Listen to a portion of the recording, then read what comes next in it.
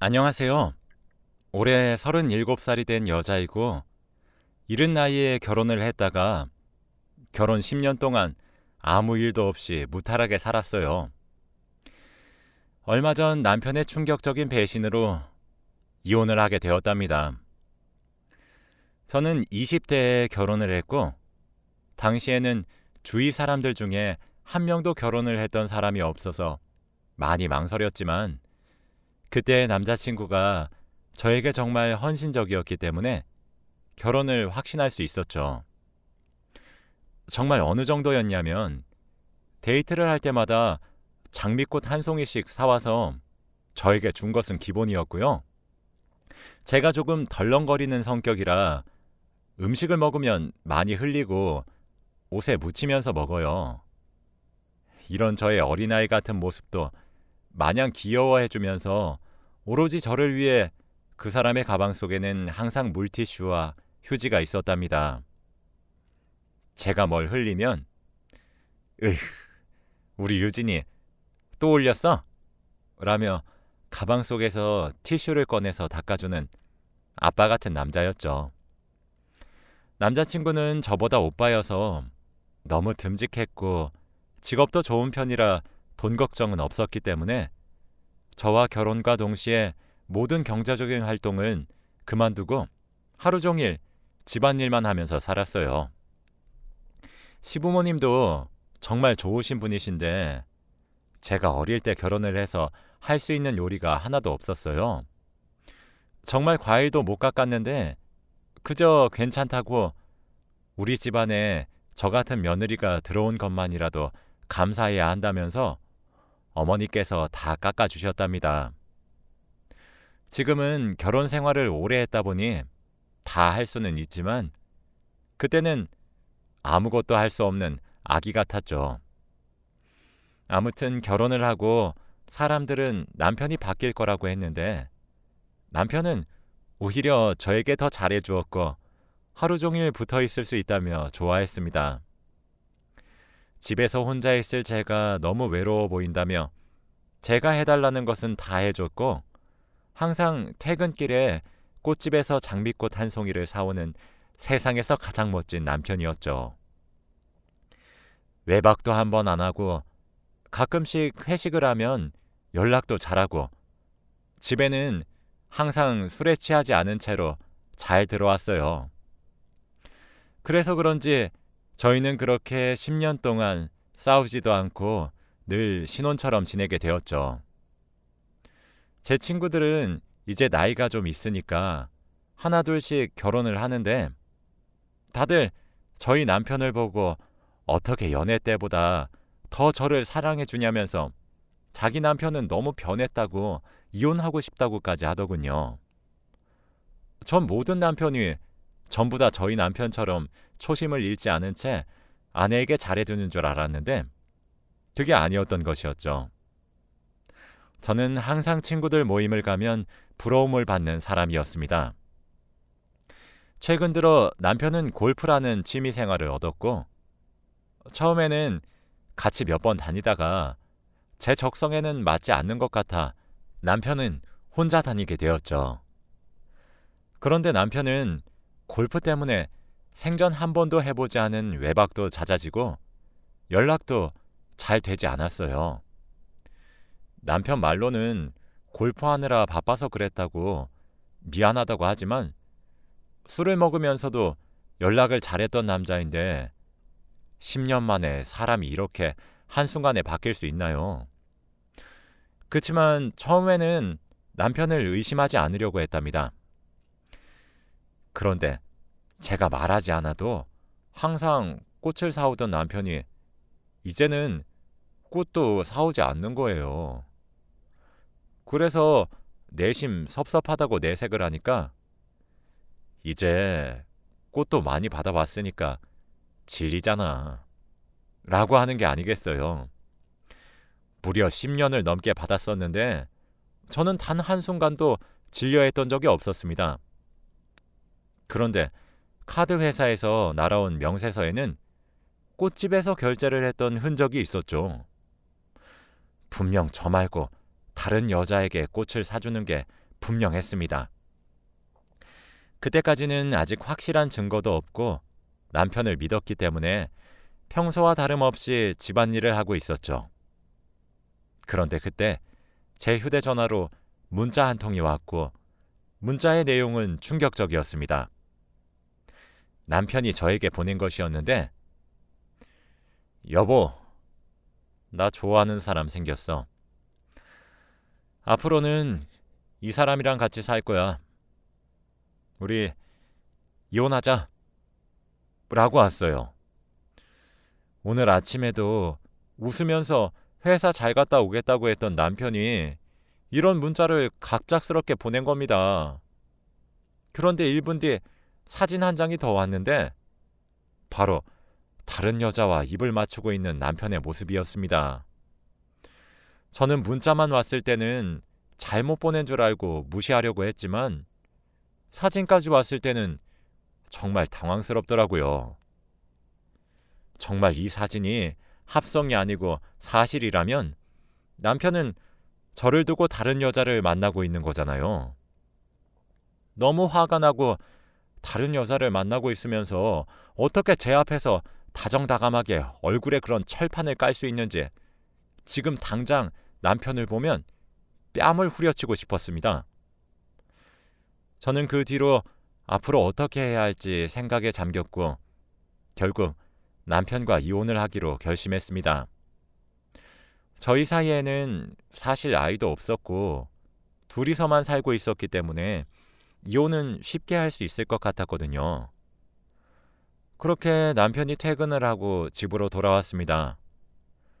평소 같으면 항상 식탁에 저녁 밥상을 차려놓고 웃으면서 반기는 제가 그날따라 밥도 차리지 않고 남편이 와도 현관으로 나오지 않으니 저를 이상하게 생각했나 봅니다.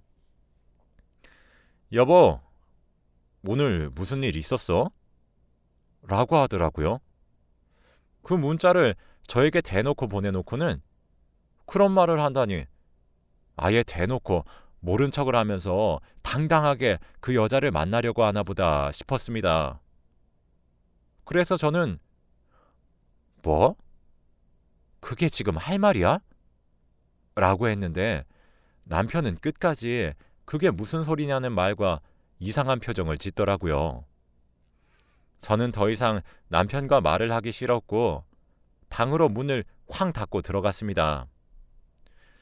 저는 침대에 누워 인터넷에서 이혼에 관한 정보들을 알아보았고 몇 분 뒤에 남편이 제가 누워있는 방으로 들어와서 여보, 배달 음식 시켰어. 저녁 먹자. 라고 하는 게 아니겠어요. 저는 이 상황에서 밥이 넘어가는 남편이 너무 어이가 없어서 거실로 가서 배달 온 음식들을 바닥으로 던졌습니다. 음식들은 다 땅에 떨어져서 못 먹게 되었고 남편은 그런 제 모습에 여보 미쳤어? 오늘 도대체 왜 이래? 평소랑 너무 다르잖아. 무슨 일인지 나한테 설명을 해줘야지. 뭐? 내가 미쳐? 미친 건 너잖아. 아예 대놓고 그 여자 만나려고 지금 나한테 이러는 거 아니야. 넌 아무렇지도 않니? 이 나쁜 놈아. 라고 했습니다.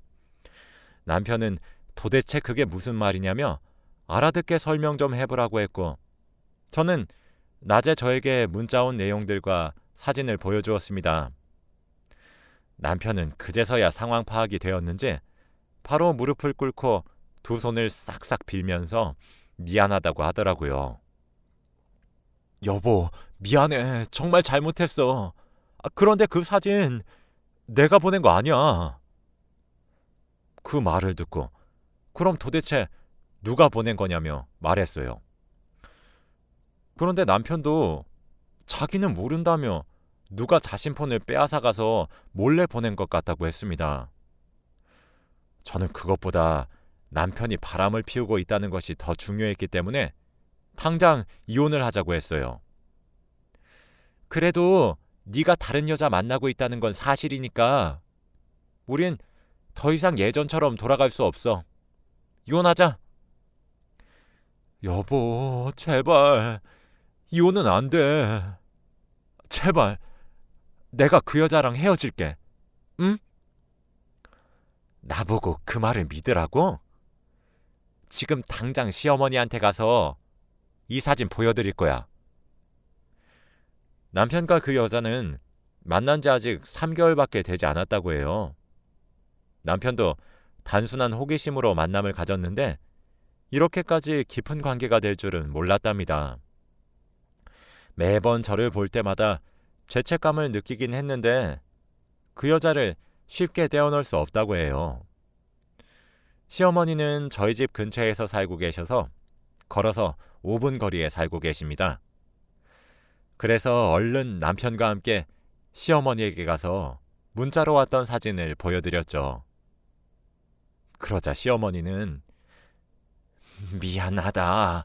며느라, 내가 죄인이다. 전부 내 잘못이야.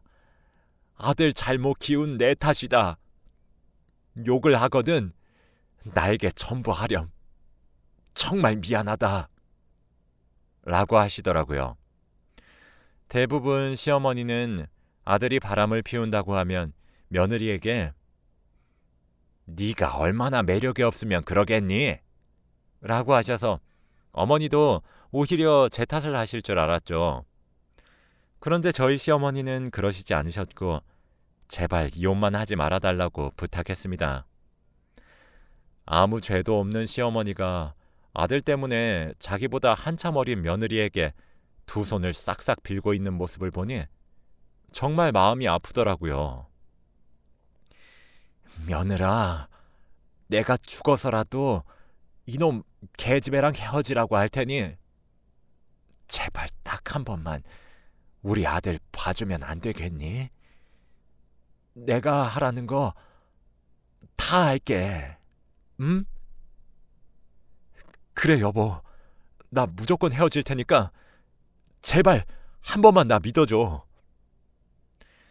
남편의 말은 귀 기울여 듣지 않았고 시어머니가 그렇게까지 애원하시니 저는 알겠어요 라고 해버렸습니다. 지금 돌아보면 절대 그 선택을 했었으면 안 됐는데 그 당시에는 두 사람이 동시에 저를 붙잡아서 어쩔 수 없었습니다.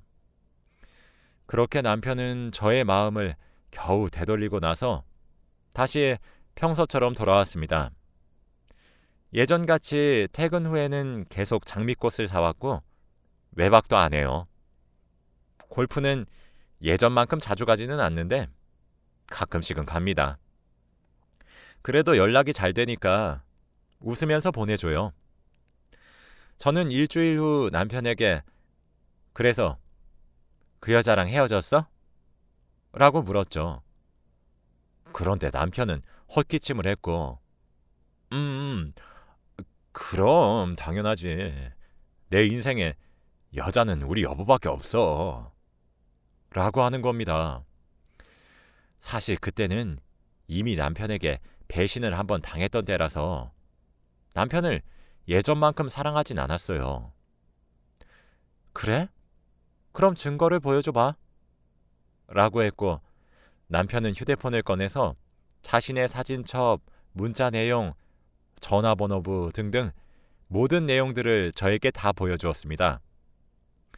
그래도 제가 믿지 않는 표정을 짓고 있으니 아예 저에게 자신의 휴대폰 비밀번호를 알려주면서 자기가 의심이 될 때마다 자기 휴대폰을 보라고 하더라고요. 그래서 저는 바로 알겠다고 했습니다. 아마도 남편은 제가 그것까진 됐다고 거절할 줄 알았나 본데 이렇게 한 번에 알겠다고 하니 조금 당황한 것 같더라고요. 그래도 제 눈에는 남편이 자기의 노력을 제가 알아주길 바라는 것 같았고 남편이 변해가는 모습이 제 눈에도 보이니 저도 다시 예전처럼 남편과 잘 지내보려고 했답니다. 그런데 며칠 뒤 모르는 전화번호로 전화가 걸려오더라고요. 저는 원래 모르는 번호로 걸려온 전화는 받지 않는데 제가 전화를 무시하니 그 번호로만 무려 20통이나 왔습니다. 그래서 어쩔 수 없이 받으니 여보세요? 안녕하세요. 저 누군지 아세요? 네? 그쪽이 저한테 전화 주셨잖아요. 저 그쪽 남편 여자친구예요. 그 전화는 사진 속에 있던 상간녀였습니다. 그 사람은 당당하게 저에게 전화까지 걸었고, 그때 그 문자랑 사진 제가 보낸 거예요. 라고 하는 겁니다. 오빠가 많이 취했어서 제가 그쪽한테 보냈어요. 근데요? 근데요라뇨. 제가 지금 당신 남편이 만나는 여자라고 하는데 놀라지도 않으시네요? 근데 지금은 헤어졌다고 했는데요? 네? 무슨 소리세요? 오빠 지금 저희 집에서 씻고 있는데. 저는 정말 어이가 없었죠. 남편은 골프를 하러 간다고 했는데 헤어졌다는 그 여자 집에서 샤워를 하고 있었습니다. 그러면 지금까지 저에게 골프를 하러 갔다고 했던 건 다 거짓말이었던 것이죠. 그 여자는 전화를 툭 끊었고 남편은 그날 저에게 말도 없이 외박을 했습니다. 도저히 참을 수 없는 분노에 다음날 해가 뜨자마자 그 여자에게 상간녀 소송을 걸었어요. 당연히 변호사도 선임했고 사진과 문자 그리고 통화 내용까지 다 증거물이 있었기 때문에 쉽게 소송을 진행할 수 있었죠. 소송을 하면서 그 여자의 얼굴을 보았는데 그 여자는 20대고 얼굴도 정말 예뻤고 몸매도 정말 좋더라고요. 30대 후반인 저는 조금 자존심이 상했습니다. 아무튼 저는 그 여자에게 위자료를 굉장히 많이 청구했는데도 그 여자는 아무 말 하지 않고 순순히 위자료를 지불하겠다고 하더라고요. 무려 2천만 원이나 됐는데 말입니다. 그리고 남편과 이혼을 하면 그 여자와 둘이서 행복하게 잘 살 것 같아서 이혼을 미루고 있었어요. 이혼을 하지 않으면 법적으로 남편의 보호자가 제가 되기 때문에 그 여자는 사람들 앞에서 당당해질 수 없게 되거든요. 아무튼 2천만 원을 상간녀에게 청구했는데 다음날 바로 돈을 입금하는 게 아니겠어요. 저는 그것을 보고 법이 무섭긴 무서웠나 보네 하며 비웃었습니다. 남편은 소송이 끝나니 저에게 그 여자와 정말로 헤어졌다고 말했습니다. 그치만 돈도 없는 여자가 어떻게 그렇게 큰 액수의 돈을 한 번에 보낼 수 있었는지 조금 찝찝해서 남편이 저번에 알려준 자신의 휴대폰 비밀번호로 열고 내용을 뒤졌습니다. 그런데 아무런 증거는 없었고 남편은 정말로 그 여자와 헤어진 것 같더라고요. 남편의 휴대폰에 저장된 그 여자의 전화번호와 사진들이 모두 삭제되어 있길래 저는 드디어 남편이 변했구나 싶어 마지막으로 문자 메시지를 확인해 보았더니 역시 없더라고요. 그런데 제일 밑으로 내려서 보니 저장도 되어 있지 않은 번호랑 문자를 나누었는데 그 내용을 보고 정말 충격을 받았습니다. 남편이 문자를 나눈 사람은 상간녀였고 이름이 저장되어 있으면 제가 의심할까봐 전화번호를 저장도 하지 않은 채 문자를 나누었더라고요. 그런데 더 충격적인 것은 상간녀가 저에게 2천만 원을 보내주기 전날 남편이 그 여자에게 2천만 원을 이체한 내용의 문자가 있었어요. 알고 보니 상간녀가 준 위자료는 저희 남편이 보내준 것이었죠. 저는 너무 화가 났고 어떻게든 그들에게 복수를 하고 싶었습니다. 제가 계속 남편이 잘 못해도 봐주니까 이제는 저를 너무 만만하게 보는 것 같더라고요. 그래서 꼭 그들에게 잔인한 복수를 하겠다고 다짐했고 우선은 남편에게 그 사실을 아는 것을 모른 척했습니다. 흥신소에 연락을 해서 남편과 상간녀의 뒷조사를 해달라고 요청했고 결국 남편이 상간녀에게 보내준 그 2천만 원이 어디서 나왔는지 알게 되었습니다. 남편의 월급으로는 절대 2천만 원을 한 번에 만들지 못하거든요. 월급이 들어오면 바로 제 통장으로 들어오기 때문에 확인할 수 있었죠. 그런데 알고 보니 저희 집을 담보로 대출까지 받아서 그 여자의 위자료를 내준 것이었습니다. 저는 그렇게까지 그 여자에게 헌신하는 남편이 도저히 이해가 되지 않았고 저와의 10년 동안의 관계를 짓밟는 남편이 너무 미웠어요. 그리고 흥신소 사람들이 말하기를 남편의 상간녀의 직업은 고등학교 국어 교사라고 합니다. 그러면 나름 옳고 그름을 판별할 수 있는 사람일 텐데 이렇게 불륜을 저지르다니요. 저는 꼭 그 여자에게 복수를 하기 위해 우선 교육청에 전화를 했고 문의를 드렸습니다. 그런데 불륜은 불법이라 사진과 통화 내역 그리고 문자 내용을 동봉해서 신고를 하면 그 여자를 파직시킬 수 있다고 하더군요. 그래서 저는 바로 손수 그 여자가 보낸 문자와 사진 그리고 통화 내용까지 모조리 다 인쇄를 해서 교육청에 보냈고 그 여자가 잘리기를 기다렸습니다.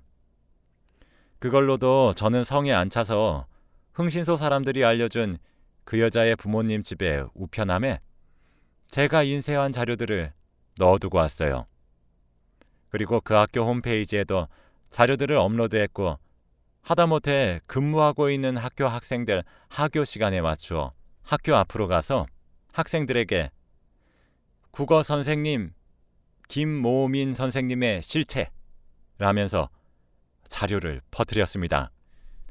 시간이 지나고 나니 그 여자가 저에게 전화를 왔고 전화를 받기 전에 전화 내용을 녹음했습니다. 당신 미쳤어? 기어이 내 일자리까지 빼앗아야 했니? 정말 끔찍하다 당신. 하다못해 우리 엄마 아빠한테 이런 걸 알려? 당신이 이러니까 오빠가 당신 두고 나랑 사귀는 거야. 너 같은 여자는 매력이 없거든. 학생들한테 내 소문이 어떻게 났는지 알아? 내가 너 당장 찾아가서 죽일 거야. 기다려. 야, 말 조심해. 아직 복수는 시작하지도 않았어. 라고 한 뒤 제가 먼저 전화를 확 끊었습니다. 저는 바로 경찰서로 가서 그 여자를 상대로 소송을 또 걸었는데 바로 아까 녹음한 전화 내용을 증거로 제출하고 정신적 피해 보상금으로 1억을 요구했습니다. 그 사실에 상간녀와 남편은 둘이서 평생 저에게 돈만 갚다가 생을 마감해야 했죠.